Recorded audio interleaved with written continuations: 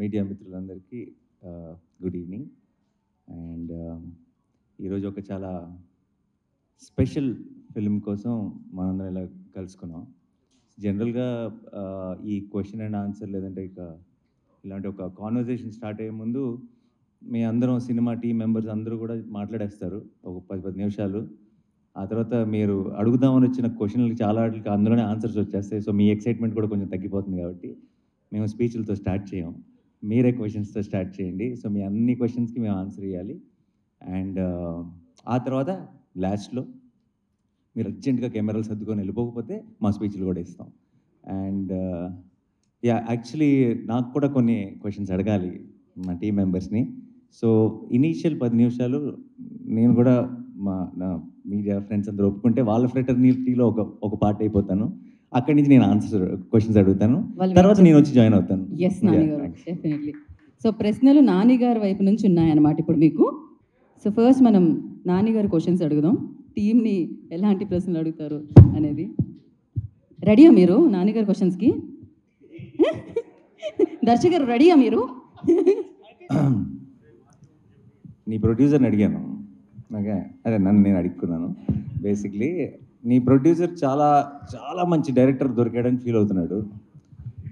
నువ్వు మంచి producer దొరికాడని feel అవుతున్నావా? 100% sir, 200%. అంత షార్ట్ ఆన్సర్ ఇస్తే ఒప్పుకోరు ఇక్కడ. కొంచెం ఎక్స్ప్లెయిన్ చేయాలి, కొంచెం పొగడాలి. ఈ సినిమాకి సరైన ప్రొడ్యూసర్ దొరికాడని నువ్వు అనుకుంటున్నావు? Other than wall poster cinema, ఇంకో ప్రొడక్షన్ హౌస్లో ఈ సినిమాని చేస్తే ఇంత హ్యాపీగా కానీ లేదా ఇంత క్వాలిటీ అవుట్పుట్ కానీ వస్తుంది, డెఫినెట్లీ వస్తుంది. కానీ ఒక ఎక్స్పోజర్ అంటే కోర్ట్ లాంటి ఒక చిన్న సినిమాని ఒక లార్జర్ ఆడియన్స్కి తీసుకెళ్లాలనే తపనున్న ప్రొడ్యూసర్ అయితే నాకు దొరకడేమో. This was the happiest thing for me. Thank you. And నువ్వు డీల్ చేస్తున్న ఒక పాయింట్ చాలా సెన్సిటివ్ పాయింట్ ఈ సినిమాలో. అది డెఫినెట్గా ఎలాగో ప్రేమలో అన్న సాంగ్ ఇంత బాగా వెళ్తుంది, అందరూ ఎంజాయ్ చేస్తున్నారు. కొన్ని రోజులు ఆపుదాం, ఆ టాపిక్లోకి వెళ్ళొద్దు అని అనుకున్నాం. బట్ ఎనీవే ఈరోజు ప్రెస్ మీట్ కాబట్టి let's discuss that also a little bit. So POCSO అన్న దాని మీద ఈ సినిమా మెయిన్ ఐడియా బేస్ అయింది. చాలా పెద్ద ప్రాబ్లం ఏంటంటే ఇప్పుడు జనరల్లీ సొసైటీలో కూడా ఎవరికైతే యంగ్స్టర్స్ కానీ ఎవరికైతే మనం ఏదో ఒక ప్రాబ్లం వచ్చిన తర్వాత లా తెలుస్తుంది కానీ లా ముందు తెలియట్లేదు. లా తెలిస్తే ప్రాబ్లం రాదు, తప్పులు చేయరు. చాలామందికి మన లాలో ఉన్న చాలా చిన్న చిన్న విషయాలు ఇలాంటి ఒక సినిమా చూసినప్పుడు లేదంటే చాలా డీటెయిల్డ్గా హోంవర్క్ చేసి చిన్న చిన్న న్యూయాన్సెస్తో ప్రజెంట్ చేసిన సినిమా చూసినప్పుడు తెలుస్తుంది. తప్పితే ఇన్ జనరల్గా మన జనరల్ ఎడ్యుకేషన్ సిస్టంలో మన డే టు డే లైఫ్లో మనం ఫేస్ చేయగలిగేవి చాలా మనకే తెలియకుండా అది లా దృష్టిలో అది తప్పు. చాలామంది పిల్లలకి అది తప్పు అని కూడా తెలియదు పరిస్థితులు ఉన్నాయి బయట. సో లా అన్నదాన్ని జనరల్ ఎడ్యుకేషన్ సిస్టంలోకి ఇంట్రడ్యూస్ చేయాల్సిన అవసరం ఎంత ఉందని నువ్వు నమ్ముతున్నావు? ఖచ్చితంగా ఉంది సార్, 100%. అంటే బేసిక్ లీగల్ నాలెడ్జ్ అనేది కొంత మన సిలబస్లో కరికులమ్స్లో యాడ్ చేస్తే కొంతలో కొంతైనా తెలుస్తుంది. తెలియాల్సిన అవసరం అయితే ఉంది అనే ఫీలింగ్ సార్. అట్లాంటిది ఏదో ఈ సినిమాలో కొంచెం చెప్పడానికి ప్రయత్నించాం. ఈ సినిమా కొంచెం కాదు, నాకు పాక్సో అంటే నాకు అసలు పెద్దగా పూర్తి ఐడియా లేదు, పైన విన్న విషయాలు. కానీ సినిమా నేను చూసిన తర్వాత నాకు అసలు ఒక కంప్లీట్ అండర్స్టాండింగ్ వచ్చింది. అసలు ఏం జరుగుతుంది, దాని పర్పస్ ఏంటి, దాన్ని అట్రాక్ట్ చేసిన మిస్యూజ్లు ఏంటి, లేదంటే దానికి ఉన్న పొటెన్షియల్ ఎందుకు తెలియాలి ఇప్పుడున్న యంగ్స్టర్స్ అందరికీ కూడా ఆ కేస్ రిలేటెడ్ తాలూకు వెయిట్ ఏంటి అన్నది తెలియాలి అన్నది నాకు సినిమా చూసిన వెంటనే క్లారిటీ వచ్చింది. అండ్ సినిమా చూసిన అందరికి కూడా ఐ థింక్ దాని గురించి ఫుల్ డీటెయిల్ తెలుస్తుంది. Amazing work. Okay, thank you sir. ఇలాంటి కాంప్లిమెంట్ మీడియా ఇవ్వరు, కానీ నేను ప్రొడ్యూసర్ కాబట్టి నేను యాడ్ చేస్తున్నాను. ఓకే, అంతే, కరెక్ట్. యా, మీ అందరికీ నా ప్రామిస్, మిగతా ప్రపంచం చూడక ముందే మీ అందరికీ నేను స్పెషల్ షో చూపిస్తాను. ఓకే, ఆ తర్వాత మనం మళ్ళీ ఒక ప్రెస్ మీట్ చేద్దాం మనందరం కలిసి. అండ్ దర్శిని అడుగుదాం. దర్శికి extremely special film in his career is Balagam. Definitely ఆ రేంజ్ కోట్ డెలివర్ చేస్తుంది అనుకుంటున్నావా? ఖచ్చితంగా చేస్తాం అన్న. నాకైతే నమ్మకం ఉంది. అండ్ అంటే నేను ఇందాక మీరు అడిగిన క్వశ్చన్లో సగం ఆన్సర్ నేను చెప్పవచ్చు. ఇంకోటి ఏంటంటే దట్ ఇంకే ప్రొడక్షన్ హౌస్లో చేసినా ఒక ఎత్తు, కానీ మీతో చేయడం ఇంకో వేరే ఎక్స్పీరియన్స్ అన్న. ఎందుకు ఎక్స్పీరియన్స్ అంటే మోస్ట్ ఇంపార్టెంట్లీ నాకు కూడా ధైర్యం ఉంటుంది. ఓకే, నేను చేసేది కరెక్టే, ఈ టీం అందరం చేసేది కరెక్ట్ అని బిలీవ్ చేయడానికి ఏదైనా ఉంటే నానే ఉన్నాడులే, చూసుకుంటాడులే అనే ఈ ధైర్యం. నాట్ జస్ట్ బికాజ్ మీరు డబ్బులు పెడుతున్నారని కాదు, లేకపోతే బెటర్గా దీన్ని వైడర్ ఆడియన్స్ తీసుకెళ్తారని కాదు, కానీ స్క్రిప్ట్లో ఎక్కడైనా మధ్యలో ఒక నాట్ ఉన్నా, లేకపోతే ఎక్కడైనా ప్రాబ్లం ఉన్నా సరే మీరు ఒక రైటర్గా ముందుకు వస్తారని మాకు ఆ నమ్మకం ఉండింది. అండ్ డైరెక్టర్గా కూడా మీరు మమ్మల్ని అంటే ఇతన్ని కానీ లేకపోతే ఇక్కడ అంటే బట్ నాకు తెలుసు అన్న, I think your a successful actor because you're also a great writer. And నాకు ఆ నమ్మకం ఉంది. So that's the reason I think this is a better experience. నిజంగా రాసిన ఏం లేదు అసలు ఎప్పుడు, బట్ అప్పుడప్పుడు మంచి idea but at least you know what is a better material. So yeah అది నాకు తెలుసుగా, నేను ఎందుకు అడుగుతా, మీరు అడగండి కావాలంటే. ఓకే, అండ్ నేను నా సైడ్ నుంచి చెప్పాల్సిన మాట, నేను నీకు గుర్తుందా, నేను దర్శన్ కలిసినప్పుడు నేను అన్నాను, నాకు పర్సనల్ ఫేవరెట్, నాకు బల్గం అంటే, బల్గంకి నేను చాలా పెద్ద ఫ్యాన్. అది ఐ థింక్ అందరికీ తెలుసు, నేను చాలాసార్లు మీడియాలో కూడా షేర్ చేసుకున్నాను. ఈ సినిమా స్టార్ట్ చేసేటప్పుడు దర్శి నేను నా ఆఫీస్ బయట ఉన్న లాన్లో సరే వీఆర్ స్టార్టింగ్ ద ప్రాజెక్ట్ అని మాట్లాడుకున్నప్పుడు దర్శితో అన్న, no matter what, this should be your second best film Darshi, అలా చేయాలి మనం అని నేను ఫిక్స్ అయ్యా. అంటే Balagam is the best film అని. రీసెంట్గా సినిమా చూశాను, I think second best film కాదు, ఫస్ట్ దాంతో పోటీ పడుతుందని నా నమ్మకం. అండ్ మీద రోషన్కి నీకు ఇది కామన్ క్వశ్చన్. నేను ప్రొడ్యూసర్ని, కానీ ఆన్ లొకేషన్ ప్రొడ్యూసర్ని కాదు కాబట్టి నాకు చాలా విషయాలు పోస్ట్ అవుతుంటాయి. మీ ఇద్దరికి బోల్డ్ ఈగో క్లాష్లు ఉన్నాయని, సెట్లో ఉన్నప్పుడు నేను హీరో అని, ఫస్ట్ హాఫ్ హీరో నేను, సెకండ్ హాఫ్ హీరో నేను అని, మీరిద్దరు ఒకరినొకరు చూసుకోకుండా అలా చాలా ఈగోయిస్టిక్ ఆన్ లొకేషన్ బిహేవ్ చేశారని విన్నాను రూమర్స్, బట్ అది ఎంతవరకు నిజం? దీనికి అతనే కరెక్ట్గా చెప్తాడు అన్న.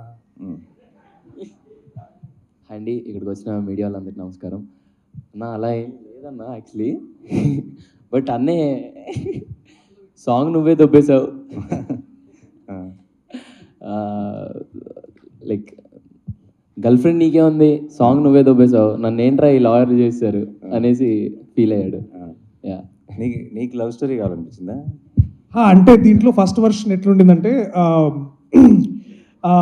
ముందు సూర్యతేజ అర్జున్ సర్కార్ లాంటి క్యారెక్టర్ అయితే బాగుంటుంది, నేను రోషన్ లాంటి క్యారెక్టర్ చేస్తే బాగుంటుందని ఒక వర్షన్ అప్పుడు ఒకప్పట్లో బాగా నడిచింది. But most importantly